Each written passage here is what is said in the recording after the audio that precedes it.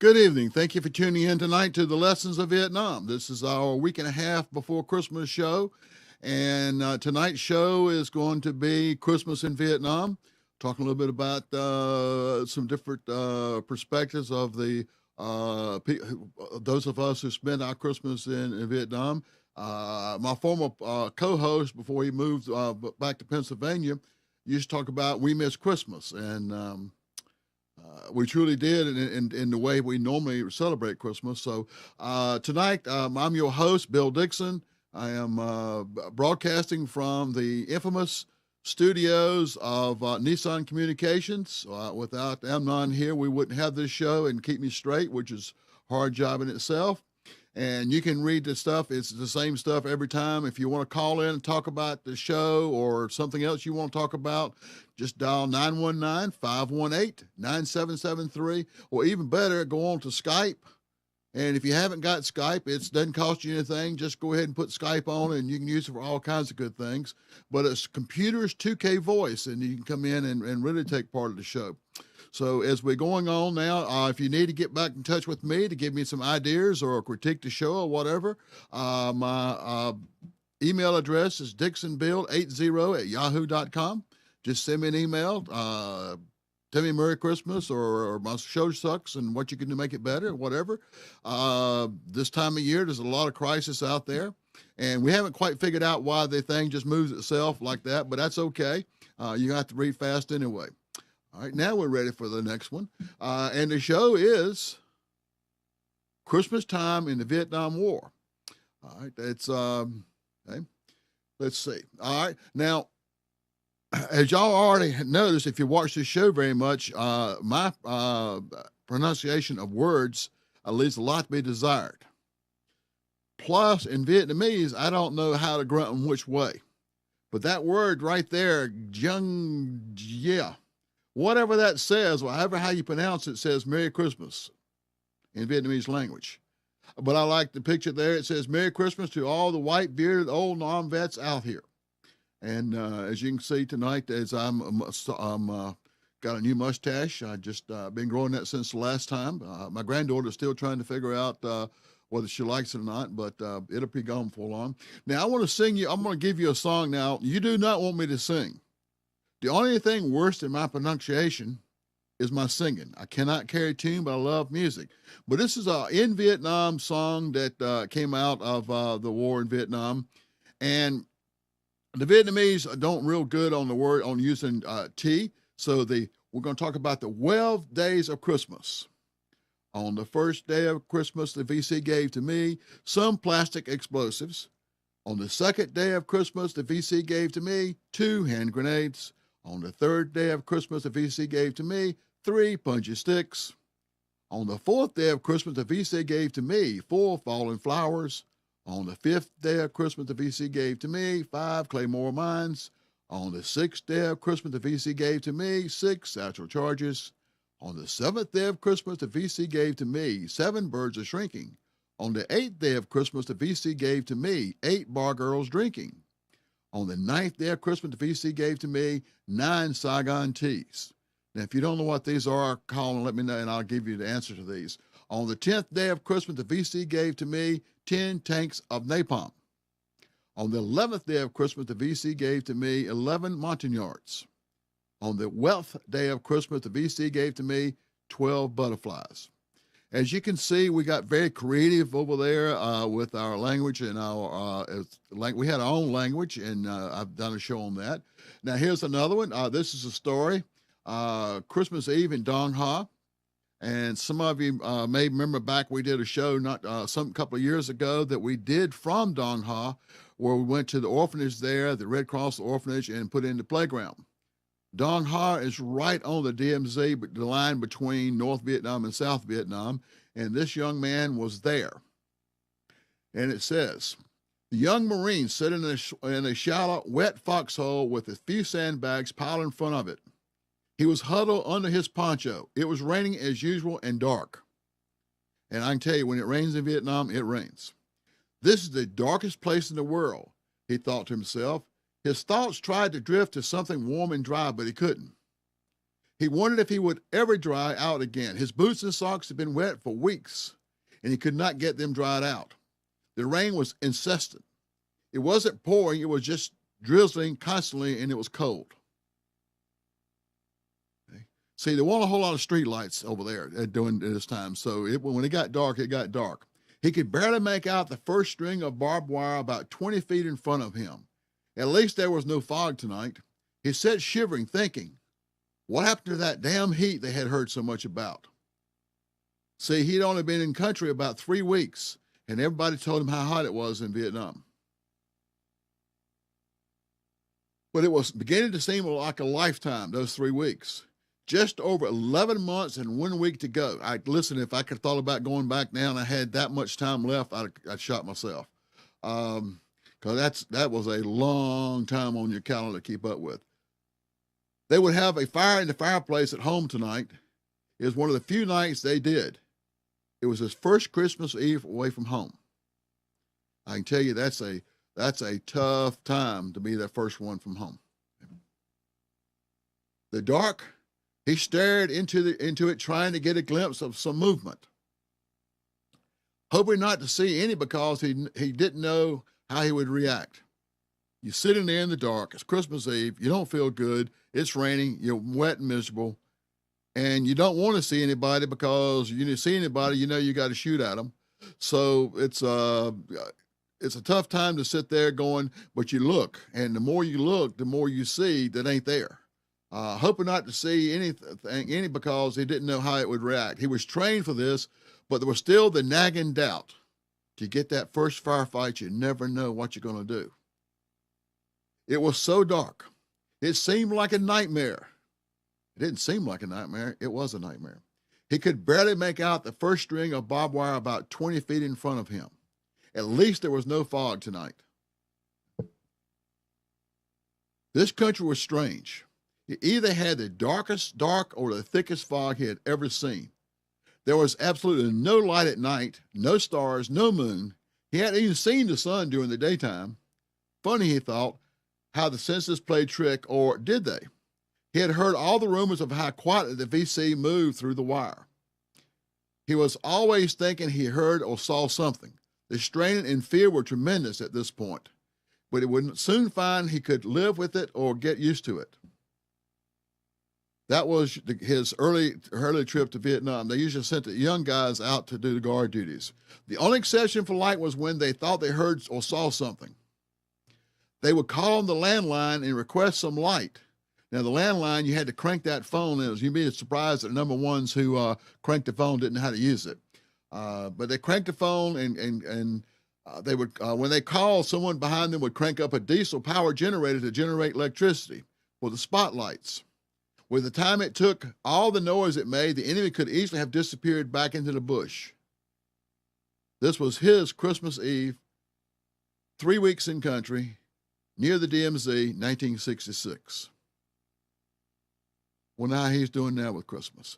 I've talked to a lot of Vietnam vets recently about their Christmas, and it's amazing the Vietnam vets I've talked to who just don't get excited about Christmas now. It's like the Christmas there that they had there was traumatic or whatever reason, but they don't get back. As you can see, we did try to celebrate Christmas wherever you are. These group of guys on armored personnel carriers, I think it carried about 14 men inside, which nobody rode inside, and we always rode up on top. But you can see their makeshift Christmas tree there with their M13s. So as we keep right on moving on to the next, and you can see the jungles in the back there. And I like this one, Time Out for Christmas Truth. We'll be back promptly December 26th. This is the 9th Infantry Division soldiers William Dowd and Ronald Hull on 25th of December 1967, and they observed a 24-hour ceasefire for Christmas. But everybody didn't observe it. However, at the end of the period, the United States recorded a total of 40 casualties and 78 injuries. The Viet Cong were known for saying, let's have a truce, but then going back and breaking the truces and so forth. Christmas in the boonies, you can see where those guys lived. You can see that nice red clay, the sandbag bunkers back there is where they slept in, and so forth. A lot of times you have bunkers like that. You didn't sleep inside because the rats were too big, and too many of them, and then you slept on top unless you got shot at. But that's Christmas in the boonies. And the good thing about the military, it always got the chaplains out to do Christmas services, even out in the field and so forth. As you can see there, they're enjoying a Christmas message from the chaplain, Catholic, Jewish, whatever. It didn't make any difference. They all were trained to do whatever services. So. Now there was quite a few records put out that period of time, and this is one of the records that you could buy from the United States. It wasn't done in Vietnam. Christmas in Vietnam, you just paid for fun. It was released in 1962, which early on in the war. Excuse me just a moment. I got a little bit of chest cold and my voice goes away. Released in 1962 in the early stages of the war before the U.S. escalation under President Johnson. At the moment, this is the very first song to mention Vietnam directly in the title within the lyrics. Another early reference to the war is a song title came from Bob Nicosi in 1963 was Mr. Where is Vietnam? And I can relate to that one because I had no idea where Vietnam was when I got orders to that. So the song Christmas in Vietnam by the obscure country singer Joyce Brown on a Morgan City, Louisiana-based record label dealt with the plight of the soldier and their families. Christmas in Vietnam by Joyce Brown. It did not take a pro or anti-line. In other words, it wasn't biased one way or the other. The song title will be used by at least 4 different artists, although most of them were different songs. The narrator recalled her son as a little boy singing Christmas carols and opening presents, but who would be alone this Christmas Eve in a foreign land? She pondered on the discrepancy between the voting age and the conscription age, or the draft age. Still old enough to vote, but he's fighting for our, not old enough to vote, but old enough to fight for our land. And the words went like this. Now, again, I'm going to read them and you sing them, okay? Our little boy spending Christmas in Vietnam. It seems that only yesterday he was 4 years old. And we'd given out the presents wrapped in green and gold. We'd go out on the lawn and sing carols. Now little boy is spending Christmas in Vietnam. To us, he's still a little boy. To Uncle Sam, a man. I can still remember when I held his little hand to cross the street and climb the stairs. Still not old enough to vote. He's fighting for our land. He'll be alone this Christmas Eve in a foreign land. That's how it went. Now, I love this Christmas tree. This must be the original Charlie Brown Christmas tree. Beer tabs and sticks put together and looked like the little red flower up on top. Listen, you did what you had to do, and I love this Christmas tree. Some genius put that thing together, but you do what you got to do to kind of bring a little bit of home to you there. And now, as you can see the Christmas tree there, a lot of people did send Christmas trees.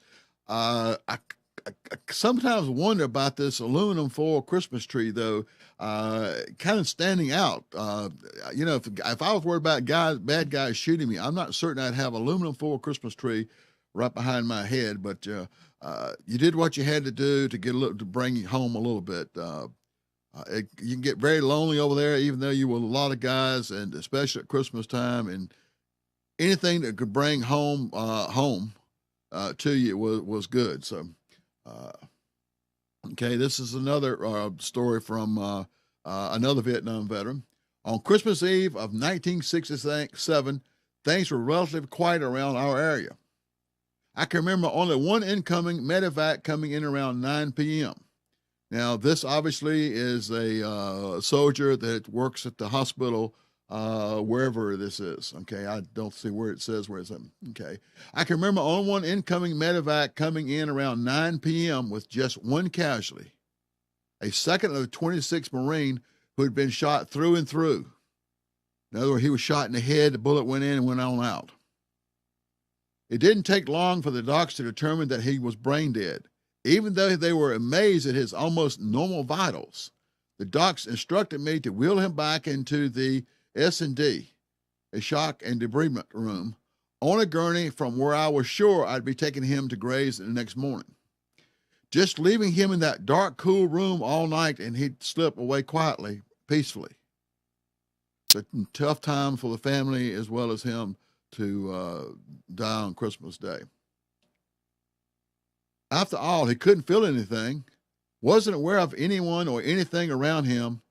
So what's the difference? I went back to my hooch and BS'd with my buds. We sat around quietly that Christmas Eve night talking about family, girlfriends, and wives, what we're going to do when we got home and stuff like that. Everyone took a turn telling their teary-eyed stories and having a good cry with each other. I don't know if I was so drunk, had the holiday blues or what, but I found myself wandering back over to a pretty quiet and dark triage and feeling compelled to check in on him, the young Marine. I suddenly felt compelled to stay with him. It was Christmas Eve. He was alone, and I was alone. I thought of him laying there in the dark, left to die. It just didn't sit right with me. I wouldn't want to die that way, not on Christmas Eve. I held his still warm hand and began talking softly to him, telling him it was okay to let go, head for the light, anything I could think of that would be appropriate to tell a dying man. I dozed off several times, cursing myself for not being more attentive. One time after nodding off, I'd have sworn he'd squeezed my hand as if to say, "Hey, you were doing fine. Don't go to sleep on me now." It was around 6:30 a.m. when a corpsman came in and was startled to find me with this guy holding his hand, no less. The corpsman had a hint of mobility in his voice till I told him why I spent the night. Then he started crying and left us alone. We packed him off the dang air base that day. I have no idea what happened to him after that, but he still had a strong vitals when we put him on the medevac. I wish I could have remembered his name. I'd promised him I would let his folks know that he wasn't alone on what I believe was his last Christmas Eve. Like so many other promises I'd made to myself or others, keep in touch and so forth, once I left Nam, all was nearly forgotten. Do we really want it this way? Lance Corporal Paul Dean, Phu Bai, Republic of Vietnam. That's a tough story, and I imagine it still rings with him there. Here's another Christmas story from another veteran. I was with the 3rd Security Police Squadron at Bien Hoa. Bien Hoa was 20 miles north of Saigon. Air base there was a fairly good-sized town, air base there. The 3rd SPS Christmas of 1966. That would be the Security Police Squadron, SPS. My dad went out behind our house and dug up a small Douglas fir tree. He wrapped it in a wet burlap and tinfoil and shipped it airmail to me. We were the only guys that I knew that had a live evergreen Christmas tree decorated for Christmas. This is me in the photo, which I don't have. In front of the tree was a small transistor radio my folks sent. We planted a tree outside of my barracks and was still alive when I left. It was a assigned chore to water the Douglas fir every day. Have you ever gone out and got a tree that had the ball on it and planted it and watched it every year for your Christmas tree, like they did there? All right. Now, the Christmas bombing, and early on in the war, a Christmas bombing in Saigon during the Vietnam War, moments after the car bomb detonated at the Brink Hotel in Saigon on December 24th, 1964, 2 Viet Cong guerrillas detonated a car bomb underneath the Brinks Hotel in Saigon, which then housed scores of United States military officers. The explosion killed 2 American soldiers and injured 60 others, including military personnel and Vietnamese civilians. Even back in the early 60s, Vietnam was a tough place to be at Christmas. The 2 Viet Cong guerrillas who perpetrated the bombing escaped and uninjured and were never caught. They had reconnoitered the hotel for a month, observing it from the busy street outside. The attack surprised American officials and policymakers on Vietnam, who were confident that the South Vietnamese government was in control in Saigon and that the Viet Cong were only a threat in rural areas. They didn't think the Viet Cong could bring it to town. The U.S. thought about bombing North Vietnam in retaliation, but decided against it for PR reasons. But infighting amongst the South Vietnamese allies at this time should have sent a clear warning to the United States that they were not be relied upon in the future.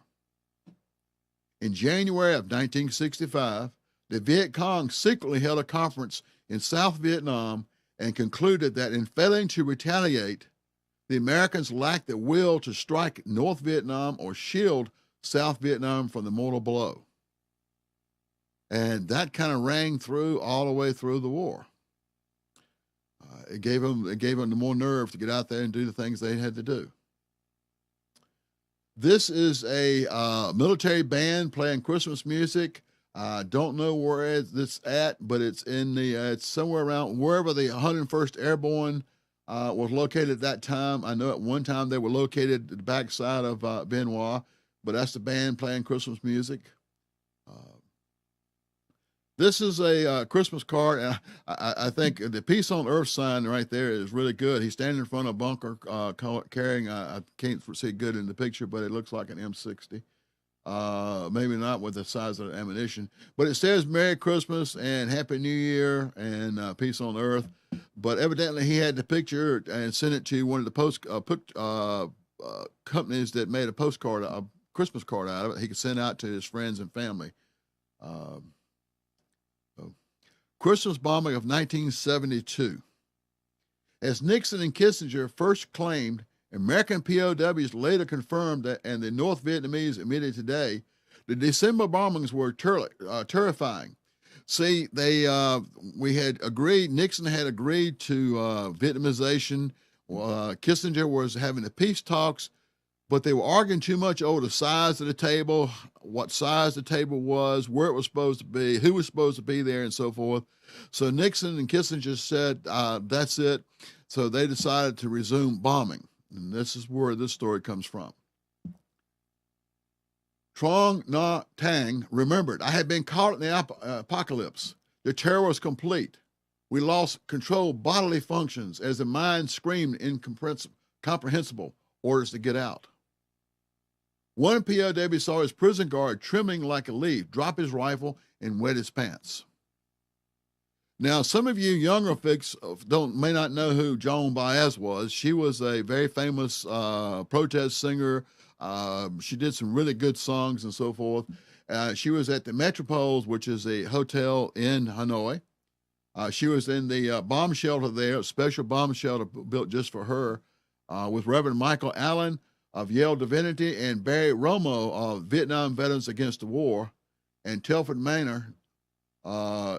Telford Taylor, who sang Christmas carols. They sang Christmas carols during the bombing. In other words, they were scared to death, but they were in that pretty good bunker, but they sang Christmas carols. Close by in the Hanoi Hilton.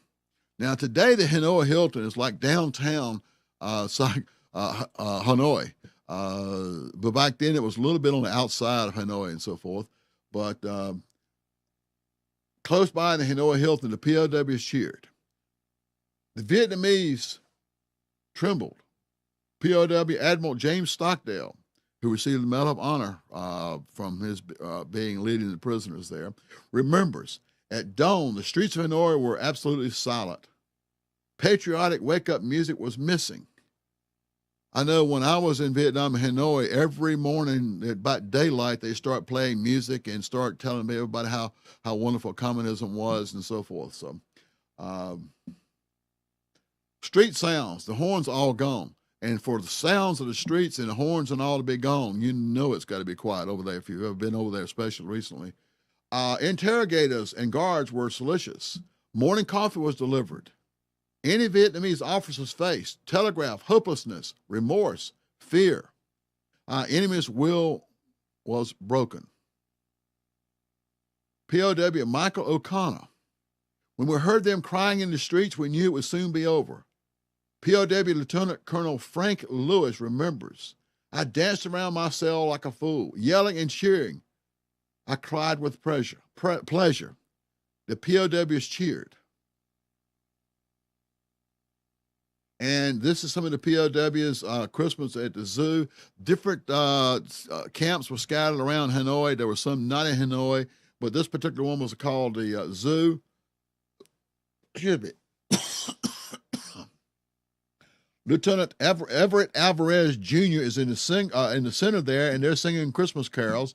You may have heard before me talk about Alvarez. He was the second longest held POW. There, I don't see where Thompson's in there. I probably wouldn't recognize him anyway.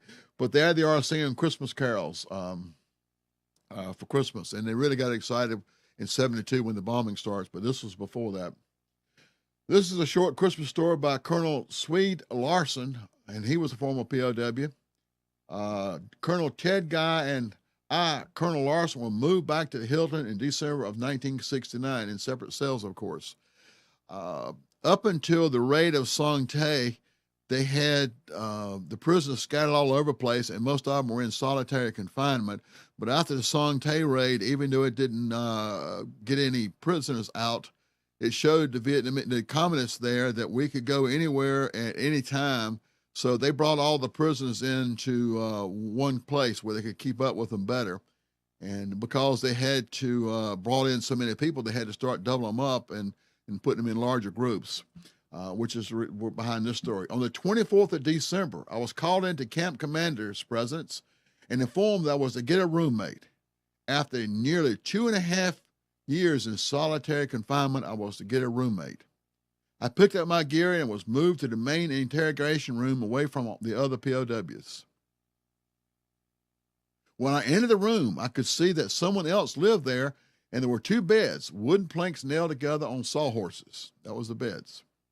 Several minutes later, the door opened and in walked the guard and other POW I had never seen before. It turned out that he was Robbie Reisner. He had been in solitary confinement for the past 2.5 years. He had been through hell and needed companionship even worse than I did. We talked continuously for 2.5 days without sleep. We were the best Christmas present to each other that we'd ever had.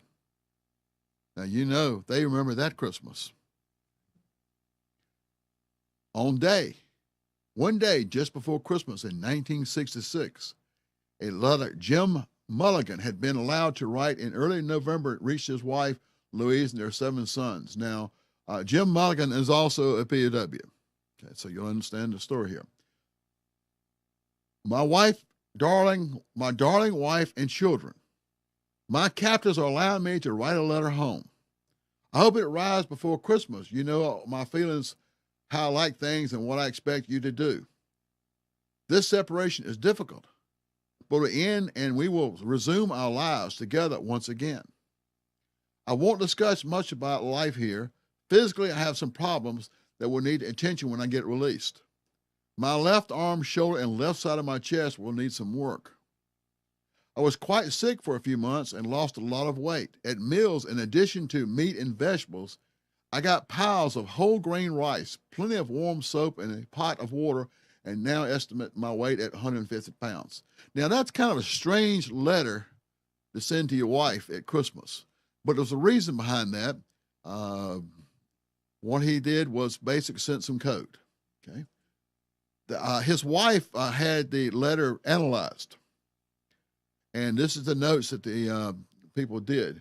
To intelligence analysis, piles of whole grain rice, plenty of warm soup, and a pot of water would spell POW, POW, POW. And estimated my weight at 150 would mean Mulligan estimated there were 150 POWs in Hanoi. His outlandish descriptions alerted U.S. analysis of the double meaning, and also the Viet pleased that the world would know how well American POWs were being treated, and let the letter leave Hanoi unchanged. By December of 1966, there were 151 POWs in Hanoi in the note. So he was able to let them know there was 150 prisoners there at Hanoi Hilton and somewhat how they were doing. Second part of his letter. Life is much like a religious retreat I made a few years back, only it's much more quiet here and I have more time for thinking and meditating. And this is what the analysis came up with. Mulligan was saying he was in solitary confinement Got that out of that, okay? And it goes on to the letter. Give my best to Father Gallagher. You know he is some athlete. He got hit 6 hits and 7 bats. Tell him his altar boy, Paul Daly, showed real promise as a tennis player. He had a good backhand, but he was rough in missing his forehand. It's in front of me, I can't read it. Okay. This is what the analysis came up with.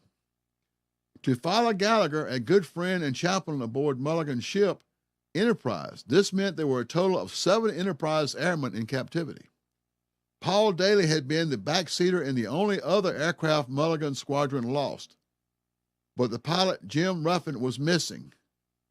Rough in missing his forehand. So, as for you, my beloved wife, once again you must bear the harsh burden of life's cross alone. Keep your faith and spirits, my darling. Our love can do nothing but grow stronger. Thank the good Lord for sparing my life. I love you and miss you very much, and though I am a prisoner, I remain ever with you in my thoughts and prayers. A happy and joyous Christmas. Love one another.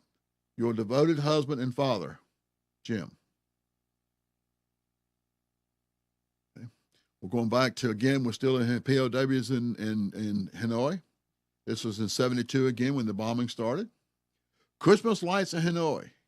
The light of the Christmas tree in Washington, D.C. and New York are beautiful sights. And the Christmas lights in Denver and other cities are outstanding. However, the most beautiful Christmas lights of all were those of the Christmas bombings of Hanoi in 72. The flash of Assam missiles, the flares dropped from the planes, the arc-like limits hitting the city. Arc lights were the massive bombings. And yes, even when a SAM hit a plane, it was all spectacular, for this gave us all hope. We knew we were soon going home. Bless that noontime pilot who flew up the train tracks blowing past our camp for the past year with a sonic boom while gaining altitude and turning across the Red River heading for home. In other words, they knew where the Hanoi Hilton was and where the prisoners were, and it was just kind of letting them know that they were still thinking about them every day. He gave us hope, and we knew that when the bombers started falling, we wouldn't get hit. For Uncle Sam knew we were. When the bombs started falling, we all cheered, and for a minute the guards threatened to shoot us if we didn't shut up. But they soon were crouching in their hidey holes and shitting in their mess kits. Okay, just like got it there. As the bombing started falling, they were too scared to say anything more.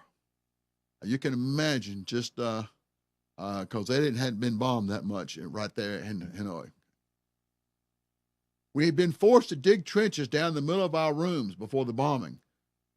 So I guess Johnny Walker, for those of you who are not familiar with him, he was a big-time spy here in the United States that worked for the government. I believe he headed up his wife, or his daughter and his son were involved with him as spies. I guess Johnny Walker had been instrumental in NVA knowing the B-52s were coming.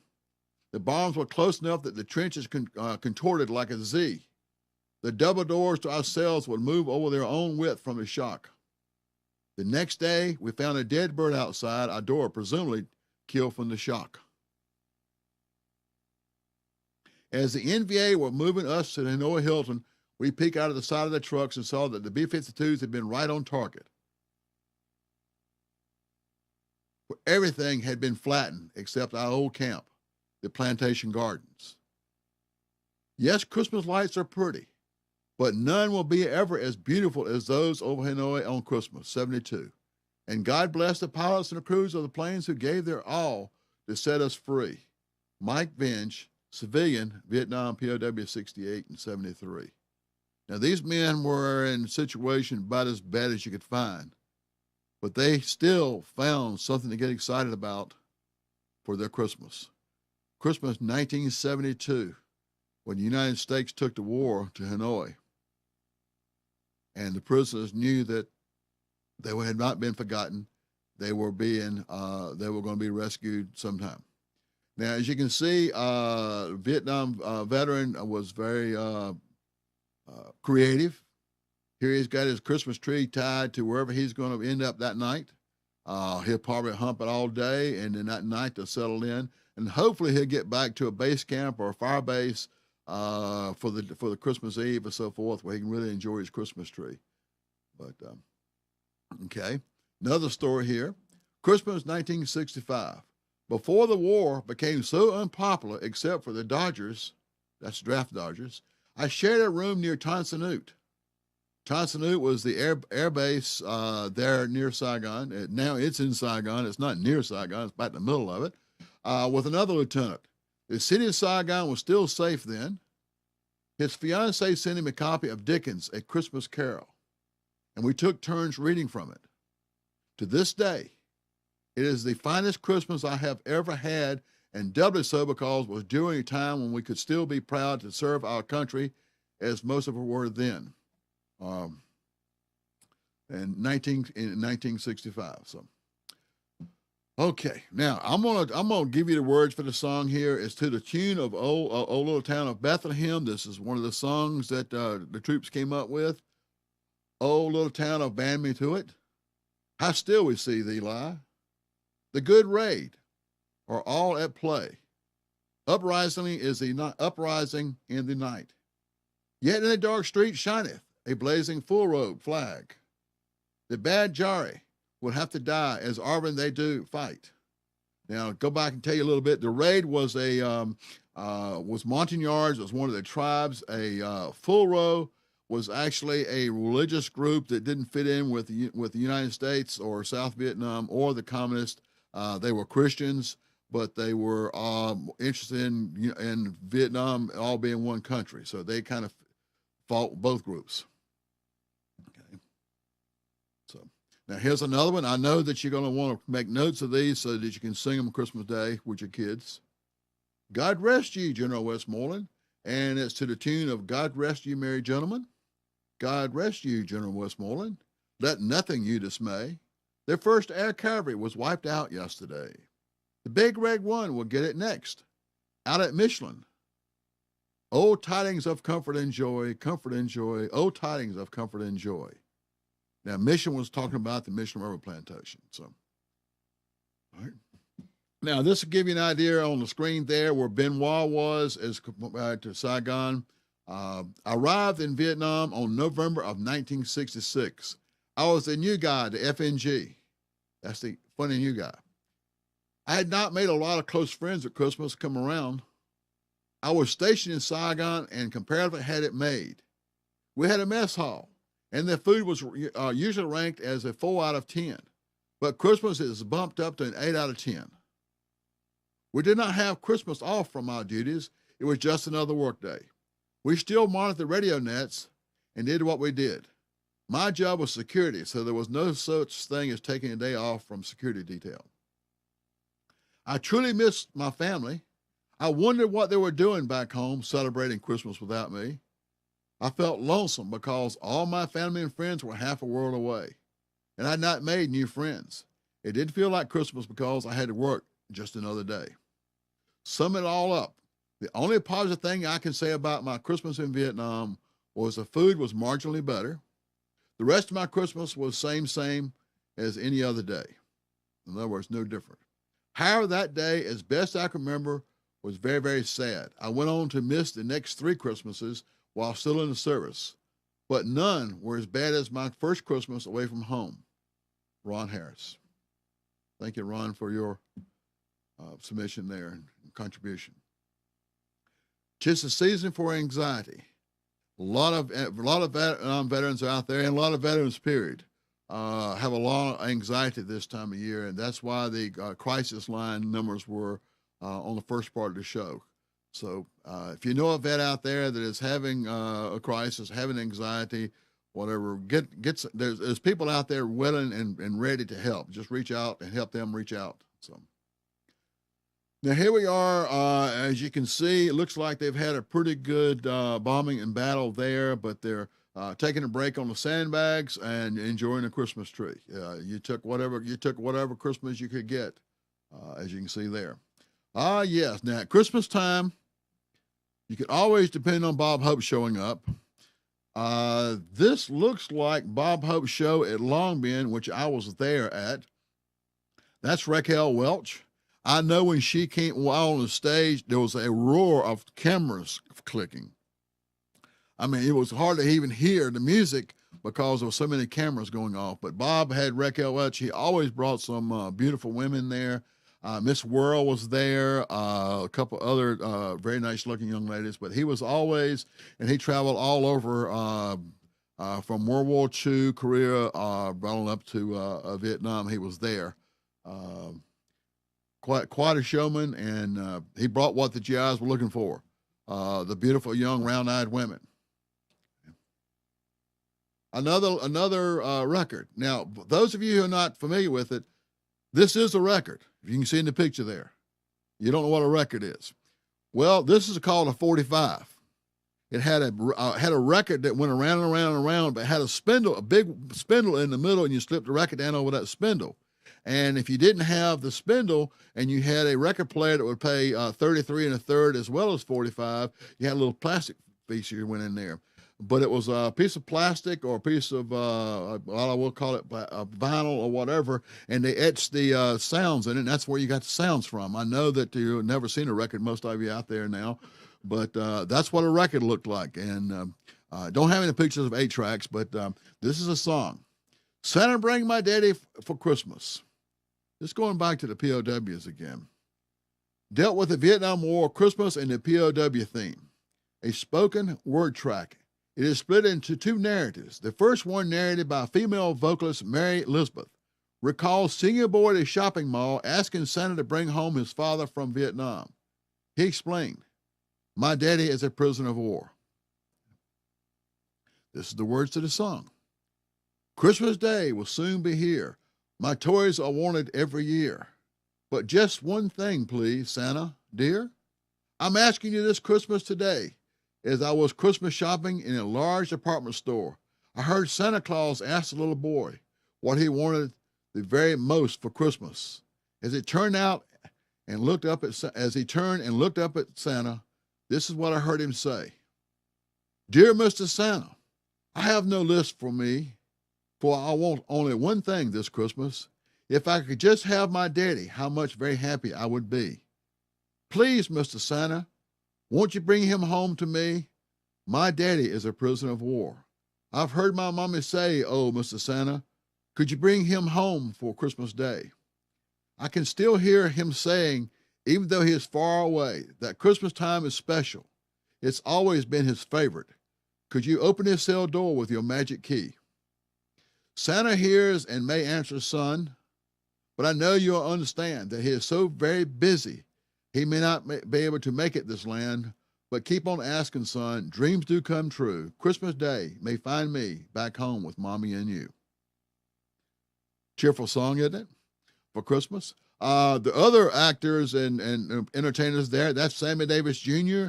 Wearing a 101st Airborne patch there, entertaining the troops. It's probably some base camp. It's we had a pretty good turnout there. So that was some of the entertainers they had there. Quite a few entertainers did come in during that period of time. Okay. Now, the military wanted to make sure that they gave us a little bit of home. This is a menu. This menu is to the officers and EM, that's the enlisted men, of the 2nd Battalion, 28th Infantry. Once again, we at the Christmas season, and in keeping with this joyous time of the year, I would like to extend to all of us, all of you, a very Merry Christmas and a Happy Hanukkah and a Happy New Year. Chanukah? Is that close? Huh? It's Hanukkah. That's what I thought. Okay. It is true that we are celebrating these holidays for far from home and away from our loved ones. But I urge each of you to strive in the coming year to make this world a better place, with peace on earth and goodwill to all men. Please accept my warmest wishes for a Merry Christmas or Happy Hanukkah and a Happy New Year, Lieutenant Colonel Lewis Melry, commanding. And this is the menu. Shrimp cocktail, crackers, roast turkey with cornbread dressing, giblet gravy, cranberry sauce, glazed sweet potatoes, mashed potatoes, buttered mixed vegetables, assorted relish tray, butterflake rolls, butter, fruitcake, mincemeat pie or pumpkin pie with whipped cream, assorted nuts, assorted candy, assorted fresh fruit, tea, coffee, and milk. When it says milk there, I wonder if it was real milk or powdered milk. I don't remember the shrimp cocktail. I remember I had a nice meal, and it's most of that stuff I remembered. I don't remember a shrimp cocktail, but I guess that everybody didn't get everything the same way. You may have seen some of my pictures of my eating Thanksgiving out, turkey sea rations out in the jungle for Thanksgiving. So, but that's one of the menus they sent out and to enjoy it, so we could enjoy our Christmas, what chance we got. As you can see there, they carried the food out in the fields. Well, is that it could be. I see. Well, it looks like cranberry sauce there, but the ones who were able to stand down for Christmas, they got their meal. You still had people on guard duty. If there was good, were able to go out and replace the guard duty so they could come back and get the meal and so forth. But you can see those very elaborate tables there with the pots and pans and so forth. It was important that we got that little piece of home. Now, one of the most important things anytime to a soldier in war, especially in Vietnam, was a letter from home. As you can see there, these young men are enjoying a Christmas card from home. One is sitting on top of his sandbag bunker. The other one was like his in his foxhole. Really thinking about home, homesick, lonely, but so glad to get something from home that says Merry Christmas. This is from someone that I knew. This is from Nick Rowe in his book, 5 Years of Freedom, his biography. Nick was a POW who was kept out in the jungles of Vietnam in tiger cages. That was bamboo cages hung up in the air that like they kept tigers and so forth in. And this is a biography of his Christmas in Christmas Day, 1965. Now, he was captured with Dan Pitzer, who I've done a show on, he and Nick both, but they were captured with a gentleman by the name of Rocky Versace. Rocky was the leader at the time. Rocky, well, whatever, he gave the Vietnamese communists hell. They whatever they told him to do, he did the opposite until they finally shot him and killed him. But Rocky was still on Nick's mind when he did this story here. But this is how he spent Christmas Day in 1965 in the jungles of Vietnam as a prisoner of war. We were allowed to eat a special meal together in the guard mess hall, sitting at the long table. I had requested on behalf of all of us an opportunity for us to eat together and perhaps have a special meal. Major Bay. Major Bay was the camp commander, the Viet Cong, or the North Vietnamese communist man in charge, had indicated because the front respected the religious beliefs of the POWs, it would allow us to worship as we chose and would help us celebrate Christmas. I found that my thankfulness at Christmas time was a very personal thing, and Major Bay's promise of celebration meant only a chance to get a meal instead of fish and rice. We gathered at the table, and John gave thanks for our lives and what health we had. I quietly asked a blessing for Rocky and Roarback in my own mind. Those were two that had been moved out of the camp. We received an entire kolak. That's a snakehead fish. Got one apiece. Each one got their own. That night we had fried rice with a delicious change. It was the first meal I'd had in over a year, which I felt filled with something besides boiled rice. We were given small cakes, and it created almost a festive air as we devoured them, savoring the sweetness. Yes, it was still rice, and it was still fish, but it was different rice and a different fish. It wasn't just kind of scraps and so forth. Probably been getting fish heads. There was supposed to be a ceasefire because my parents sent me a copy of the newspaper article saying so. Christmas Day, however, we were up and out at the crack of dawn, heading back to the field and eating ham and llamas again. Oh man, you were bad off you ate ham and llamas. The Vietnamese had broken the so-called ceasefire. Hell, we already knew that. With all that we had just been through, it was amazing that all these grown men sat in their hooches on Christmas Eve, around candles, singing Christmas carols, knowing that God had saved our lives again. It has made more glorious by the fact that we were of different color, but all Americans. Now this is what America is all about. Christmas sure has been lots nicer ever since that day, and I do appreciate everything that God has given me, including my life. I hope and pray that everyone has a great Christmas, especially Americans, Vietnam veterans. Merry Christmas, Fox Force Lee Miracle.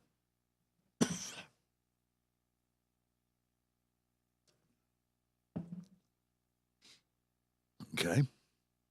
On Christmas 1967 at Long Binh Post, 20 miles north of Saigon, 3 miles from Bien Hoa Air Base, is where I spent my Christmas in Vietnam. I'd been married for 3 years when I arrived in Vietnam. This was our first Christmas apart. I was scheduled to meet my wife Jo in Hawaii in late January for R&R. Jo sent me a decorated Christmas tree and a couple of wrapped presents. She sent me a package of cookies filled with popcorn, popped popcorn each month. The popcorn was to help the cookies from being all broken up. Without the popcorn, it would be, it would be powder. And I don't remember much about Christmas Day, 1967. No, I was not drunk. We had a Christmas meal at the mess hall at lunch. And if I remember correctly, we worked our normal 12-hour shift that day. I do remember, even though I was surrounded by my fellow soldiers, it was the most lonely day of my life. Jo and I had always been together visiting her parents, my parents, and some of my aunts and on past Christmases. Christmas has never been the same for me since that lonely 1967 Christmas. I enjoyed Christmas with my wife, Jo, of 53 years, spending time with my 2 grandchildren, my daughter, and my son-in-law now. But I don't get excited about the Christmas pageantry anymore. Bill Dixon, Christmas and Tet Survivor, Vietnam, 67, 68. And I can't really remember, as I said, a whole lot about that day other than it was Christmas because they told me it was. Well, if you didn't know it was Christmas with the meal, you wouldn't know it was Christmas because nothing else changed. It was just the same old, same old. Now, as you kind of got the idea that the war kept on going, even though it was Christmas, kept on going for a lot of the soldiers over there. Those that never had another Christmas, their families will forever remember this Christmas day. Like the young man who lay in a tent, was sent out, who was brain dead. His parents will always think of that on Christmas being there. These are some of the young men who gave everything they had for us on their last Christmas. Johnny Crawford Sanders, Master Sergeant Army, 25th of December. Paul William Januszowicz, Sergeant First Class, Army, 25th of December, 1965. Leonidas Racis, Sergeant, Army, 25th of December, 1965. Fernando Cedar, Jr., Lance Corporal, Marine, 25th of December, 1965. Carl Robert Steffen, Private First Class, Marine, 25th of December, 1965. William D. Carson, Staff Sergeant, Army, 25th of December, 1966. Giacomo James Clinton, Spec 5, Army, 25th of December, 1966. Carl M. Egoff, Spec 4, Army, 25th of December, 1966. George Leonard Fregua, PFC, Army, 25th of December, 1966. Marshall Lynn Horton, Spec 4, Army, 25th of December, 1966. Robert Michael Klevenowski, okay? And I'm not certain what FM was in the Navy, so if you're in the Navy, you'll have to write and tell me or call me and tell me. 25th of December, 1966. Earl William Knutson Jr., PFC, Marine, 25th of December, 1966. Raymond James Metty, PFC, Army, 25th of December, 1966. Larry Reed, Sergeant, Army, 25th of December, 1966. Herbert Donald Serber, PFC, Marine, 25th of December, 1966. Ronald James Sengo, Second Lieutenant, Army, 25th of December, 1967. Edgar John Udell, Spec 4, Army, 25th of December, 1967. Harold David Williams, Tech Sergeant, Air Force, 25th of December, 1967. And the picture on the side says, the Christmas they never had, in honor of those who had to spend a holiday away from loved ones. In memory of those who never made it home. This is, I'm sorry about that if I got away from you there. The Christmas they never had. This weekend, wreaths across America will be at different cemeteries, national cemeteries across the country, where every a veteran's headstone will have a wreath on it. Check your local listings and so forth, and you'll find that it's very, very special to go out and help put those wreaths around on the different headstones and so forth at the national cemeteries and so forth. Billy Eugene Langford, Major, Air Force, 25th of December, 1967. John D. Morris, Staff Sergeant, Air Force, 25th of December, 1967. Philip Ernest Neff, Spec 4, Army, 25th of December, 1967. Larry Hugh Oratel, Spec 4, Army, 25th of December, 1967. Kenneth Fransley Olazindik, Lance Corporal, Marines, 25th of December, 1967. Huey Oxendine, Staff Sergeant, Army, 25th of December, 1967. Donald Wayne Richard, Sergeant, Army, 25th of December, 1967. Francis Eugene Sanders, Private First Class, Army, 25th of December, 1967. Peter W. Scott, Airman First Class, Air Force, 25th of December, 1967. Jerry Allen Sellers, Major, Air Force, 25th of December, 1967. John Thomas Schubert, Spec 5, Army, 25th of December, 1967. Matthew John Aguilera, PFC, Army, 25th of December, 67. Richard Walter Budka, Captain, Air Force, 25th of December, 67. Frederick John Burns, Sergeant, Marine, 25th of December, 1967. Thomas Anthony Grudd, First Lieutenant, Marine, 25th of December, 67. Andrew Michael Hudak, Lance Corporal, Marine, 25th of December, 1967. Danny Wayne Jeter, Spec 4, Army, 25th of December, 67. Bernard Derrick Johnson, Spec 4, Army, 25th of December, 1967. Terry Treloar Kuntz, Lieutenant Colonel, Air Force, 25th of December, 1967. Delbert O. Lewis, PFC, Army, 25th of December, 67. Charles D. McClurg, PFC, Army, 25th of December, 1967. Robert Allen Amsbacher, Spec 4, Army, 25th of December, 1968. Paul William Baker, Spec 4, Army, 25th of December, 1968. Kenneth Mark Bryant, Sergeant, Army, 25th of December, 1968. Sandy Lee Hooker, Sergeant, Army, 25th of December, 68.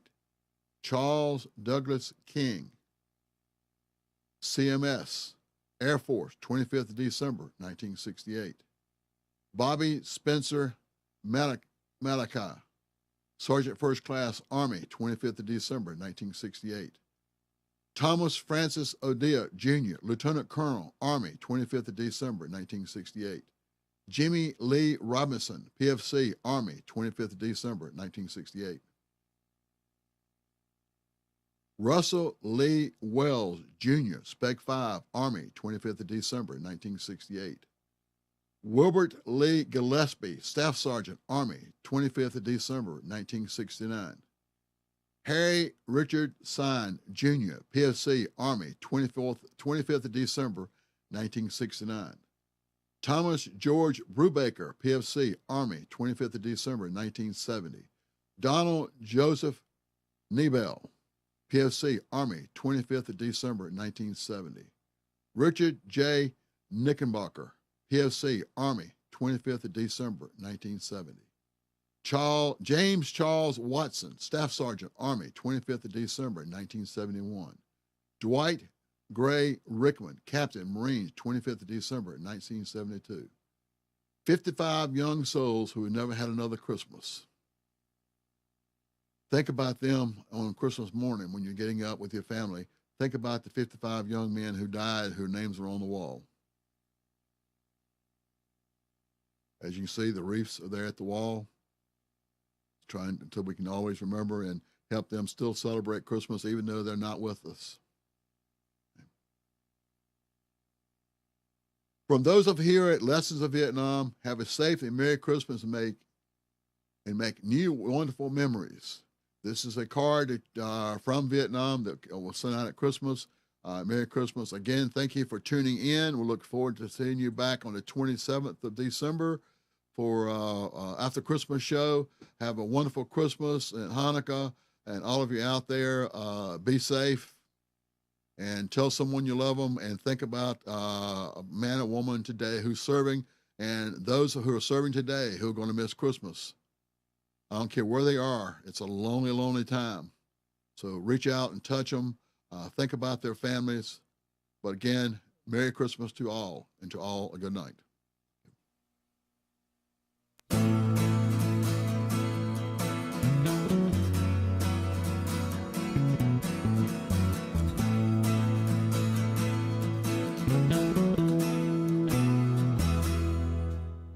You are tuned to the Nissan Communications Network. If you tuned in too late, you can always watch each program in its entirety or download an MP3 audio file of it in the archives section at nissancommunications.com. Don't forget to subscribe to our YouTube channel, follow us on Twitter, and like us on Facebook. Sponsored by Telestream's Wirecast software, StreamingGear.com, Carolina Apparel, and DeltaForce.net.